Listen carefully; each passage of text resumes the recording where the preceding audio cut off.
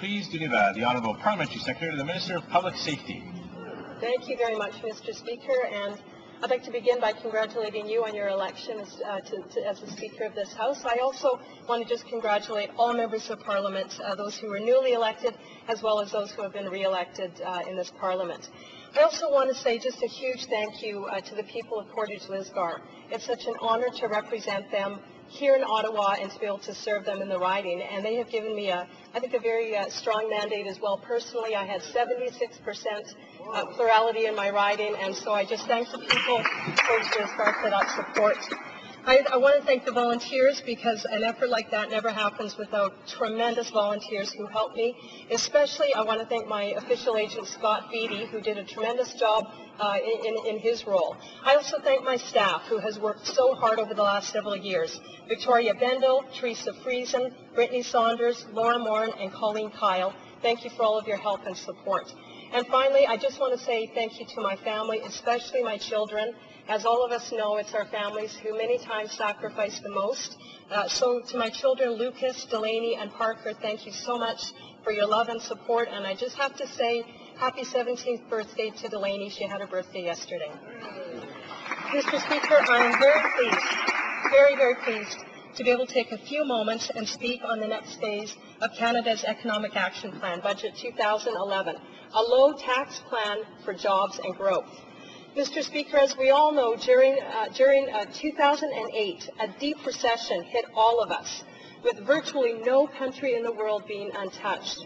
It was a recession that had the ability to destroy countries, and certainly there are countries that are still feeling the effects and still trying to come out from underneath the deep recession of 2008. But we can proudly say, and we can very gratefully say, that Canada became a beacon. Canada became a ray of hope and a light. And the reason for that, because Canada had a government and has a government that refused to put politics ahead of the interests of the Canadian people. And we also came out of that recession because Canadian people themselves stood tall, they stood proud, they worked hard, they were tenacious. And because of that, we were able to come out of the 2008 recession stronger than ever. In 2008, our government introduced Canada's Economic Action Plan, a plan that included spending when spending was needed to help create jobs, and a plan that includes restraint when that is also required. The Economic Action Plan did work, and it continues to work. In fact, and as I've already mentioned, that I had 540,000 jobs written, but I had to change it to 560,000 new jobs created since July 2009. Mr. Speaker, our housing market is stable, our dollar is strong, and Canadians are hopeful for the future. And on May 2nd, Canadians gave this Conservative government a strong and a solid mandate to move ahead with the next phase of our Economic Action Plan. And that's exactly what Budget 2011 does. It is the kind of prudent fiscal management Canadians have come to expect from our Conservative government. It's a back-to-basics plan which will keep Canada's economy on track and disciplined as we work to balance the budget by 2015. Mr. Speaker, I'm so grateful for the mayors, the Reeves, the farmers, the producers, the business people, the mums and dads, the everyday Canadians in my riding that came out to town hall meetings, that met with me over coffee shop meetings, to give me their ideas, and indeed across the country, to give ideas to our government on the Economic Action Plan. And I just want to take a few minutes and highlight a few of, there's just so many great parts of this budget, but I want to highlight a few of the areas that really are benefiting and are very important to my riding. One of those is agriculture. Some of the best crops in the world are produced in the riding of Portage Lisgar. The best vegetables in the world, some of the best livestock, the best grain, the best edible beans and pulse crops. And agriculture is just a very important part of my riding, and indeed all of Canada. Budget 2011 recognizes that to maintain the global competitiveness of the Canadian agricultural sector, we must constantly be looking for opportunities to grow, adapt, and innovate. To ensure that Canadian producers remain on the cutting edge of science and technology, Budget 2011 announced a 2-year, $50 million agricultural innovation initiative to support knowledge creation and transfer and increased commercialization of agricultural innovations. This initiative will have a positive effect on producers across Canada, and especially in my home in Manitoba. The Grain Growers of Canada, who I have so much respect and gratitude for the work that they do on behalf of producers, this is what the grain growers said. We are pleased with the announcement of a $50 million fund for research and innovation. Farmers from across Canada have lobbied aggressively for the government to invest in this area, and they have heard us.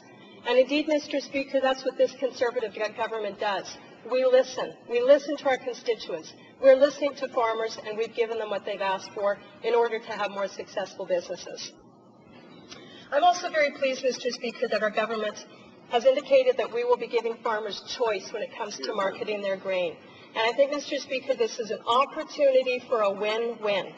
Those in this country and those who support the Wheat Board, I believe, can move ahead with that. But, Mr. Speaker, there are also Western farmers who want choice, and they should be allowed choice. And I think this is a good opportunity, instead of making this a political game and a political issue, which it has been. I want to encourage every side, including the Wheat Board supporters and the choice supporters, to work together, because the monopoly will end, but the Wheat Board doesn't have to end. But, Mr. Speaker, this is something that I believe in, our government believes in, and Western farmers support it.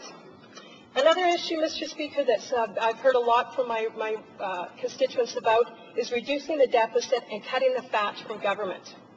One of the reasons Canadians gave this Conservative government a strong mandate is because we understand that every single dollar spent is taxpayers' dollars, and their dollars must be respected and used wisely. Returning to balanced budget is the cornerstone of Budget 2011. And part of the plan includes doing a strategic and operating review to cut inefficiencies and improve productivity. Mr. Speaker, I've traveled around to many businesses in my riding, and businesses do this all the time, some of them on a daily basis. They go through their operations and they say, where can we become more efficient? Where can we take even the smallest step to be more efficient and cut waste? If we ask businesses to do this, if we ask families to do this, certainly our government should be doing the same thing. Looking for fat and waste in the system, eliminating it, and finding ways to do the business of the nation as efficiently and effectively as possible. Which brings me to my next point, and that is our commitment to ending political subsidies, which has been a huge fat in the system. I'm so pleased to see that our Conservative government is taking action and phasing out the per-vote subsidies for political parties. We have always been opposed to forcing taxpayers to support political parties that they may not necessarily believe in. Mr. Speaker, there is no excuse for political parties not to be raising their own money instead of forcing the taxpayer to pay their bill. Makes sense. There seems to be an aversion, and I may be wrong, and if I am, I look forward to being proven wrong, but there seems to be an aversion by some opposition parties to actually getting out, pounding the pavement, speaking to their constituents, speaking to the people who support them, and actually raising funds. I can tell you, as a political organizer and someone who has done a lot of work talking to people even before I was elected as a member of Parliament, but talking to people who supported Conservative initiatives, there is no greater satisfaction than when an individual comes up to any one of us and says, I support what you're doing, I support your policy, and here's a check for $25 just to help you along the way. That's so gratifying, and we appreciate people who are so generous. But no one should be forced to take their tax dollar and put it into a political party against their will. And so I'm so glad that we're going to be doing this. And I would actually like to say, I think there will come a day when the political parties who don't believe in this, the opposition, will probably thank us, because it will make them become closer to their constituents and actually have to create policies that people will agree with. So it's a good policy, it's good for democracy, it's good for all Canadians. There's so many more things, Mr. Speaker, that I could speak about, but I see my time is running out. We're supporting families, we're supporting seniors, we're supporting volunteer firefighters. I've heard so much from the firefighters across my riding, a huge riding, 14,000 square kilometers, and we have wonderful volunteer firefighters who are professional and delivering the kind of service that some firefighters are giving in cities, my rural people are getting from the firefighters in Portage Lisgar. So that's another fantastic initiative. I encourage all members to support this budget. It's a good economic action plan. Let's work together for the good of all Canadians. Thank you very much, Mr. Speaker. Questions and comments? The Honourable Member for the Western Arctic.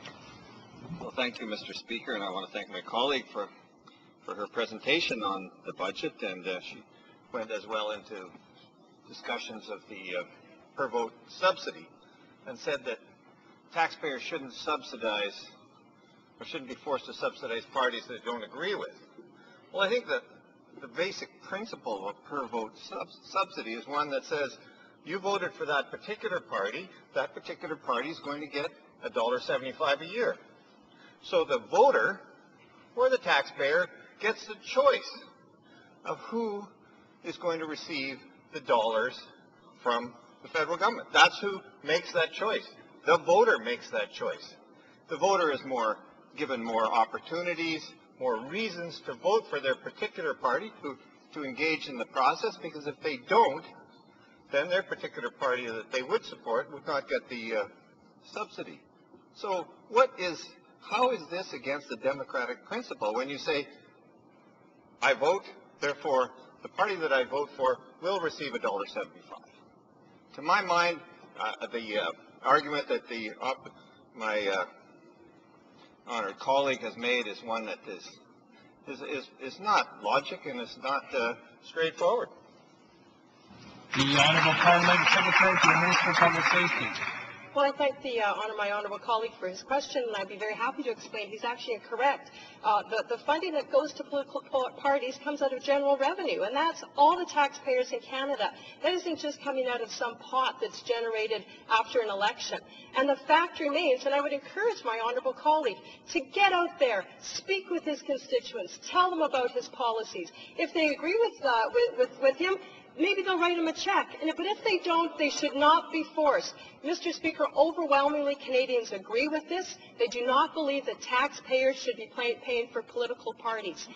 And so they've given us a strong mandate. We're going to move that forward. But it certainly comes out of general revenue. My honourable colleague needs to know that. It's not some little pot of money that's put aside just from the voters. Question, comments and questions? The Honourable Member for Peace River. Thank you, Mr. Speaker. I do appreciate the opportunity to ask my colleague a question. She comes from a rural community as similar to mine in many respects. My constituents have never come up to me and said, I believe that me as a taxpayer should be forced to fund your political party and the other political parties as well. As a matter of fact, the things that my constituents come up to me, Mr. Speaker, and talk to me about, coming from a rural area, is more support for nurses and doctors coming to transition to rural and underserved communities, support for our volunteer firefighters, and also supporting our senior citizens that are having a difficult time making ends meet. These are the priorities of my constituency. I wonder if the honourable member heard similar pleas from her constituents when she was campaigning as I did. The Honourable Parliamentary Secretary.